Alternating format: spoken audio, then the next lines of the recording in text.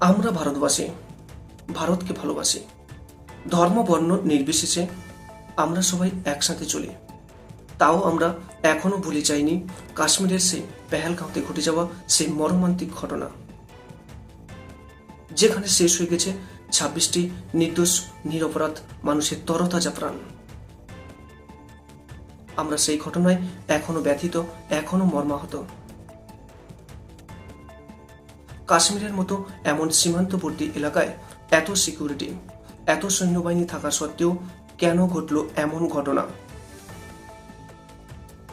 ধরিয়ে নেওয়া হলো এটা এক দুর্ঘটনা, তাও এখনো কেন নেই কোনো জবাব? প্রশ্নটা আমার নয়, প্রশ্ন এই 150 কোটি ভারতবাসীর। তাও এখনো কেন নেই কোনো প্রত্যাঘাত?